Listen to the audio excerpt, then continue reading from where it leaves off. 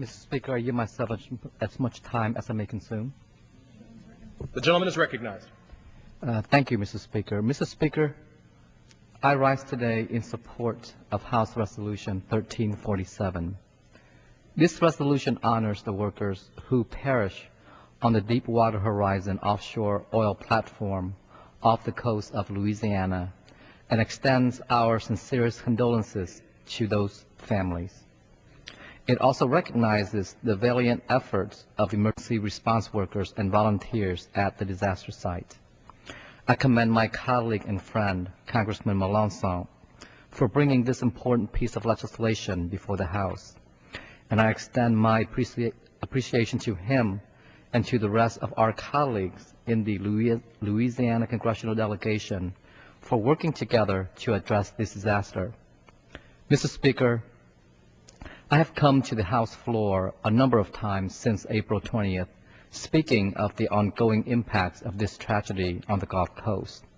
Today, though, I wish to focus this body's entire attention on those whose lives were lost on that day and those who continue to respond to the crisis. As I listen to my colleagues speak in support of this resolution, my heart is heavy. As with their families and friends, I mourn the loss of those who died aboard the oil platform.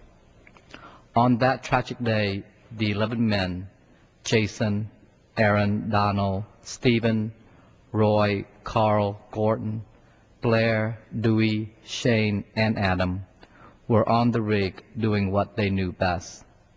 The demands of working the rigs, as anyone who lives along the Gulf Coast knows, are great. It is physically demanding work, and it takes loved ones away from their families for long stretches at a time. Our coastline is a working coastline because we are blessed with an abundance of natural resources in the Gulf of Mexico. From fishermen to those working the rigs, each day you can find thousands on the waters laboring to produce these resources and to contribute to the industry and economy of this nation. On April 20th, the 11 men were working to provide the energy that has driven this nation for centuries and that continues to be a force in the economy of my home state of Louisiana.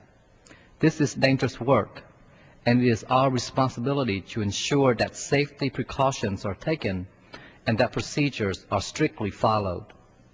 The explosion is being investigated by various parties, including congressional committees, and it is our responsibility to ensure the findings are swiftly addressed with new policies to strengthen safety procedures for those working in dangerous and uncertain conditions. You have my word this will be done. In times of tragedy, this nation has come together as one, and this is especially the case for those along the Gulf Coast. I wish to recognize the extraordinary work of the thousands of volunteers and emergency personnel from the Red Cross to the U.S. Coast Guard, whose unhesitating response to the call of need best represents the compassion and dedication of this great nation. To the families of the 11 who perished, I realize that nothing my colleagues or I here today can say will return your sons, husbands, and brothers to you. But it is my hope that the gratitude and respect we express on behalf of the citizens of this great nation will provide some comfort to you while you grieve your loss. In closing, Mr. Speaker, I urge my colleagues to support House Resolution 1347. Thank you, and I reserve the balance of my time. The gentleman from Louisiana.